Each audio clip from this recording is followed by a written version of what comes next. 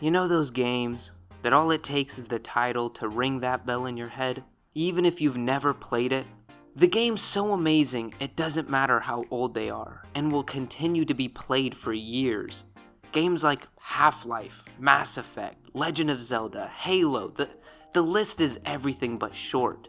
Nestled in near the top, we have the game I want to talk about today, the series I want to talk about today. A third-person shooter that paved the way for future games to come in both graphics and game mechanics, along with being one of the best psychological action thrillers, all pulled together by a small Finnish team and a man with a dream. This took long enough. Today is a special video about a special game for some special reasons. That is right, we have Max Payne, a true legend and cult classic in both the shooter and horror game spheres. At least the first two.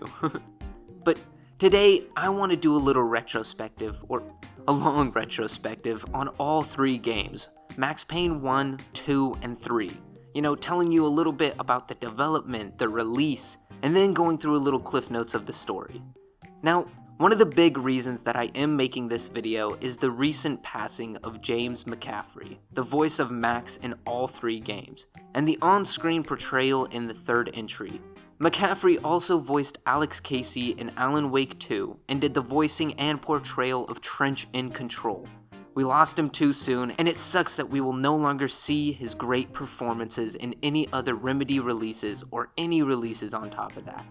Off of the sad stuff though, and finally onto the games, I want to start things off right at the beginning with Max Payne. So, released back 23 years ago in 2001, Max Payne was developed by Remedy Games and ported to consoles by Rockstar. The head writer behind the game was the one and only Sam Lake, the same man behind other Remedy titles like Alan Wake and Control. Mr. Lake is also the on-screen portrayer of both Max in the first Max Payne game, but also Alex Casey in Alan Wake 2. But yeah, Remedy and Sam wanted to make things as realistic as possible, doing camera scans to do things like heavy textures and character models. And as I said, having Sam's likeness being used for the model of Max. After releasing Death Rally, Remedy wanted to move more into third-person story-driven games, having Mr. Lake think up a whole new psychological thriller and absolute masterpiece. Max Payne was soon created, having its own effects, game style, different from most at the time, and a deep story. And in my opinion, this was the game that heavily popularized bullet time in gaming specifically, with Remedy adding homages to the films that inspired it. Another cool thing Remedy did to get the game as good as they could was a team of the developers traveled from Finland to New York, being escorted by ex-NYPD bodyguards, where they took photos and scans to get the graphics and environments as matched as possible. Now, Max Payne had a lot of work behind it, but it was never supposed to be a huge budget, flashy effects game with movie-like cutscenes. I mean, the head writer just slapped his own face onto Max, then the team threw together some comic book cutscenes, and the game was still amazing. People ended up loving it, and it exploded. But onto the story now, as I've been taking too long. I don't know why or how I have never played the first Max Payne, and I never expected this story to be so twisted. So former NYPD officer, now detective, Max Payne returns home after a long day of work, only to find his wife and newborn baby bloody, beaten, and deceased. Learning that junkies were behind it, high on the new designer drug Valkyr, Max goes on the hunt. 3 years following their deaths, Max is undercover in the crime family selling the same drug, the Punchinellos. Max soon finds himself getting uncovered, and his coworkers start dropping around him. Max is put to blame for the police deaths, along with being hunted by the Punchinello family. All the while, he then finds himself in the middle of a gang war between the family hunting him and the Russian mob. Hunted by the Punchinellos and the police, Max turns to the enemy of the enemy, looking for support from the Russian mob. Along with fighting, Max runs into Mona Sachs, the sister-in-law of the boss of the Punchinello crime family, who is also on the hunt for the head, Don Angelo. Max sets up a deal with Vladimir Lim, a member of the Russian mob, who sets Max up with weapons and transportation in the hopes that Max could seize the gang war by taking out Vlad's rival boss. Soon enough though, Max is in the Don's manor, Angelo in grasp, when the conspiracy unravels deeper. Government mercenaries storm the mansion, barging in, taking out Angelo and arresting Max. While in captivity, the mercenaries inject Max with enough Valkyr to kill him, and they leave Max to his fate. After a drug-induced vision straight out of a horror movie, the drugs wear off and Max escapes, heading to an abandoned military complex where he learns is the birthplace of Valkyr. It's uncovered that it was a drug tested and designed, created by the US military during the Gulf War, made to chemically enhance soldiers, creating super soldiers pretty much. The name of the experiments being the Valhalla Project. The experiments were ultimately shut down though, being bought and picked back up years later by the Acer Corporation, headed by Nicole Horn. Max learns that his wife Michelle accidentally stumbled upon this information, and when Horn found out, she ordered the deaths of both Michelle and her family. Soon after, Max is confronted by Woden, a member of the high-tier secret society called the Inner Circle. Getting ambushed, Max escapes with Woden, and the two make a deal. Horn was once a member of the Inner Circle as well, going behind the group's back to restart Valhalla, and Woden tells Max that she needed to be taken out. He says that if Max took out Horn, then Woden would use his status to exonerate any charges coming his way for practically initiating a citywide gang war along with murder. Max agrees in hopes of enacting vengeance, heading to Acer headquarters where he has to fight his way through the skyscraper to make it to Horn. And once making it to the top, Horn tries to escape via helicopter, where Max shoots it down, stopping her from leaving and stopping any more production of the Valkyr. SWAT arrives and they arrest Max on suspicion of murder on top of starting an all-out gang war. Then, upon seeing Woden smiling in the crowd, Max knew his freedom had been secured and shared a smile with Woden. Then the credits roll. And man, people loved this game. I loved this game. The story was phenomenal, and at times we got that mind-bending Sam Lake we know. The game ended up winning so many awards, profited so much in sales, and was rated one of the greatest games of all time, scoring itself a sequel, Max Payne 2. So jumping forward a couple years, Max Payne 2 was released 2 years after the original in 2003, still developed by Remedy and published by Rockstar Games. Max Payne 2 had the same game design as the first, still using Max FX for its bullet time and dodging, same mechanics and controls, and similar but updated graphical scheme. And though it was so similar, there were still a ton of improvements for only 2 years. So instead of using Lake's likeness, Remedy went with actor Timothy Gibbs as the face of Max, still using McCaffrey for the voice. The sequel was shorter in length, Lake wanting to write something more in-depth, risking the shorter story for it being better written. He wanted it to be like something straight out of a film noir love story, along with the usual Sam Lake writing. Like an old James Bond flick with a psychological thriller twist. Still using graphic novel cutscenes to tell the story, we start off taking place 2 years after the events of the first game. Woden got Max acquitted, and he was reinstated into the police force instead of a detective in the DEA. Interestingly, the story sequencing of Max Payne 2 is slightly different than the first. Now and again, you will return to a couple days prior, and along with that, you actually get to play as Mona for a mission, which can confuse things further, but it unfolds as if Max is telling a story of what had happened throughout the last few days. He starts with himself in the hospital, recovering from gunshot wounds. For some reason, the first thing he does is head to the morgue, running into the corpse of a blonde-haired woman. Seeing her brings time even further back when Max is called to a gunfight occurring at his old friend Vlad's weapon warehouse. The building is being invaded by hitmen wearing cleaners' outfits, there to steal the stockpile of Vlad's guns. While working his way through the cleaners, Max runs into none other than Mona Sachs, throwing him off guard as he actually thought she had died in the debacle 2 years prior. Finishing there, Max goes to find Vlad to discover he too is under attack, this time by none other than Vinny Gognitti, a low-level mobster that Max thought he had dealt with in the first game. Saving Vlad, Vlad tells Max that after the extermination of the Punchinellos, Gognitti is trying to monopolize the black market, and Vlad, being an arms dealer, was a threat to Vinny's operations. Max, now on the search for Mona again, arrives at an abandoned funhouse he believes to be her hideout. Here, Max learns that the cleaners were actually highly trained mercenaries, eliminating anyone who had information on the inner circle. Now, Mona was actually in talks with a senator involved in the secret society, though while arriving at the funhouse, Max also finds the senator deceased, and Mona is arrested on suspicion of the senator's murder. Moving forward a little, at the police station, Max intercepts a call from Winterson, who we see is the same blonde woman Max finds in the morgue. This phone call mentions Mona and the murders moments before cleaners burst into the police station, where Mona escapes, teaming up with Max in hopes of finishing off the cleaners before they get both Max and Mona.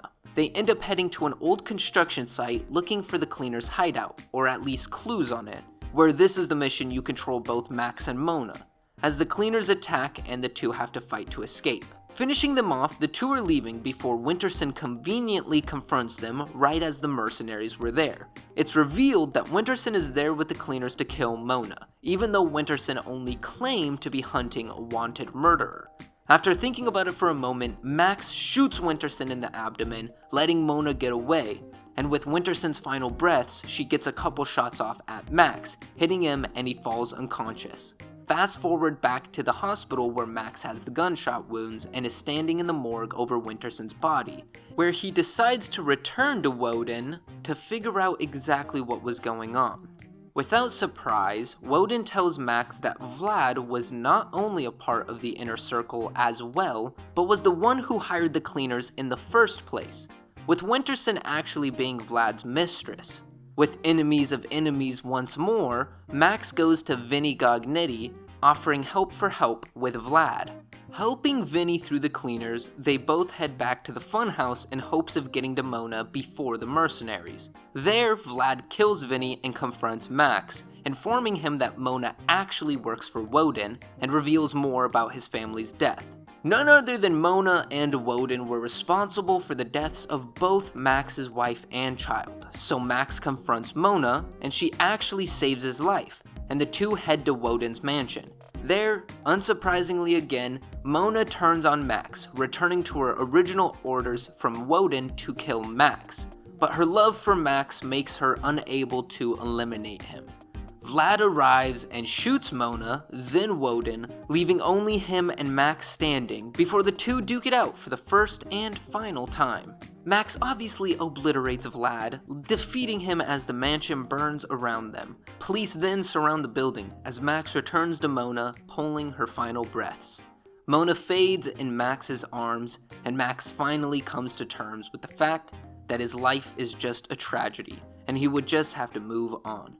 Now, there is also an alternate ending showing that Mona survives, kissing Max, with the ending assuming they lived happily ever after. That is not the canon case though, as we see in Max Payne 3 that Mona is still dead and Max is still living a tragedy. Max Payne 2 though was met with amazing reception, and though the sales were actually so low that Rockstar claimed it one of the big reasons for their 2004 reforecast in sales, the big gripe people had with the game, as I said, it was shorter, along with some people saying that there was an anticlimactic, poor ending to an already great yet short game. All in all though, it was good enough to bring us here to Max Payne 3. Now onto the last entry to the series and another fan favorite game, Max Payne 3. Released a whopping 9 years later in 2012, Rockstar actually took the head for both development and publishing, causing not Remedy nor Sam Lake to really be involved at all. Max Payne 3 was supposed to be released in 2009, but was actually pushed to 2010, then 11, finally getting released in 2012, and with that release time, I bet you can tell it's awfully close to GTA 5's original release date, and with that, Max Payne 3 is super similar to GTA 5 in graphics, mechanics, models, such and so, also running in the Rage engine with Euphoria, the same as GTA 5. I mean, there is even a chapter where you're on a yacht, and it wasn't long before I noticed that the yacht model was exactly the same as the models for the super yachts in GTA Online. But back on topic, James McCaffrey returns to voice Max Payne one last time. It's so upsetting, but we also get to see him as the on-screen portrayal in this entry. Now, Max Payne 3 was a huge success, and it better have been because Rockstar called the marketing for this game their biggest and boldest marketing effort thus far. But moving off the background specifics and onto the story, we are blasted 9 years into the future after the events of Max Payne 2. Max is retired from the NYPD and now is just slipping pills and sipping drink. After something goes down in New Jersey between Max and yet another crime family, he's actually forced to make his great escape from the States. He soon finds himself in Sao Paulo, tipped off by Raul Passos, someone he went to academy with, about a private security contract to protect the Bronco family of wealthy businessmen and politicians. With good word from Raul, Max gets the gig and is back in action. Then, months after accepting the gig, a group of gangsters called the Commando Sombra attack a family party. Max is able to fight them off, but a week later at a nightclub, the gangsters attack again, this time successfully kidnapping Fabiana, the trophy wife of the Bronco head. The Commandos instruct a $3 million payout for her release, and Rodrigo, the head of the family, signs off on the payment, sending Max and Passos to do the handoff.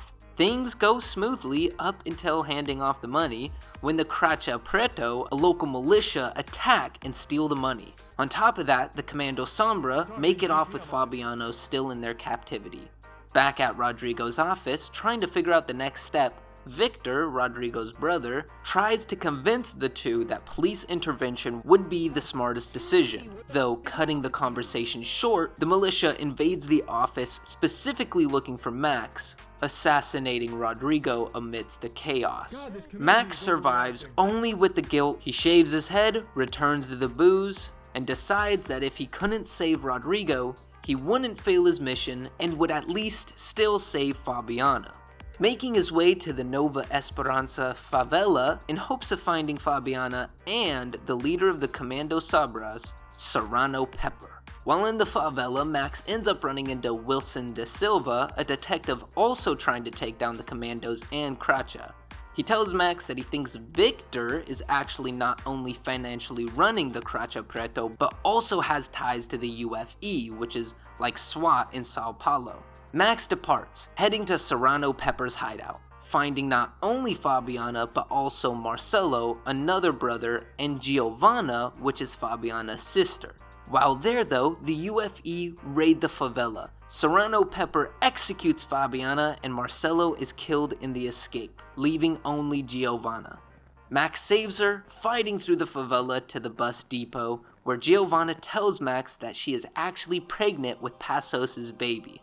Then Passos shows up, only to save Giovanna and abandon Max.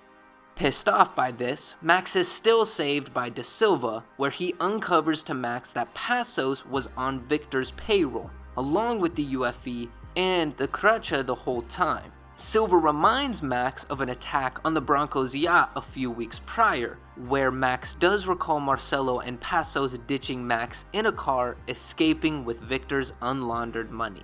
Silva tells Max that they could help each other in the end. If Max could investigate a gang hideout, he could help Max out further. In doing so, Max finds out that the Cracha Preto were running a whole black market organ trade using prisoners supplied by the UFE, all being funded ultimately by Victor.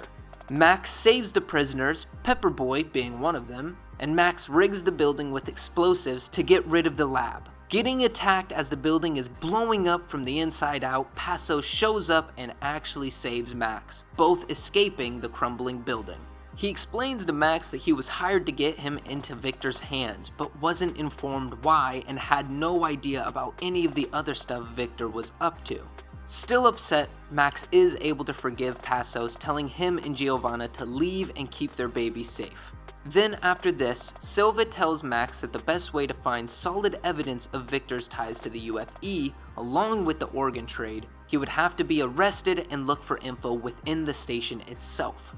He does so, learning that not only did Victor order the assassination of Rodrigo for inheritance, but the full organ trade's profits were going towards Victor's mayoral campaign.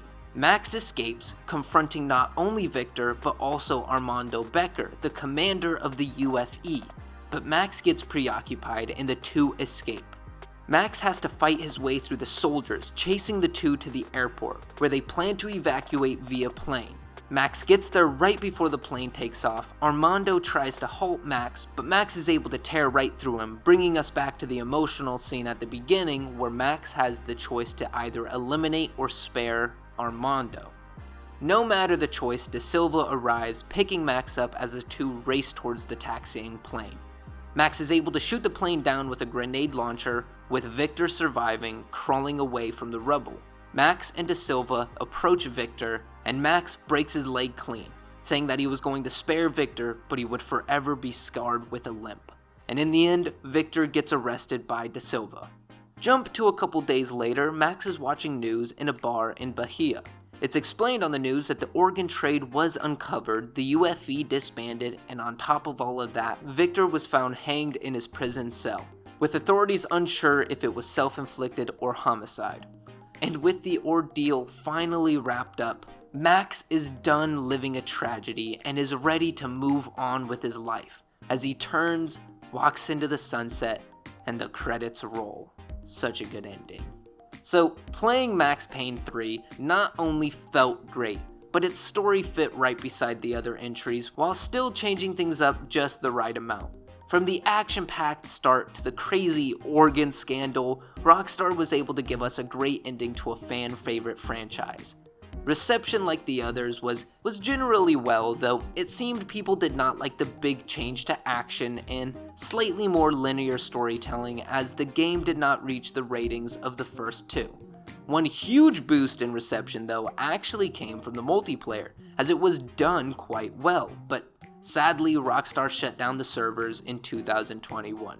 And even though Rockstar took full control of the game, Sam Lake himself told us gamers that Max Payne 3 would still be along the same dark and gritty line as the last couple games, and that Rockstar was giving fans a surprise with this entry. Along with that, the head of Remedy at the time praised Rockstar's take on the series, even calling it brilliant.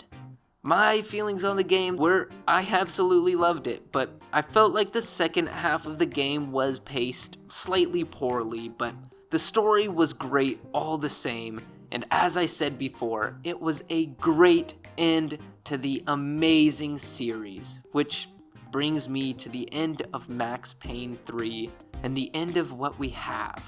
And with that, I move on to the last topic for this video, that being the confirmed remakes for the first two games coming. This was another one of the big reasons I wanted to do this video.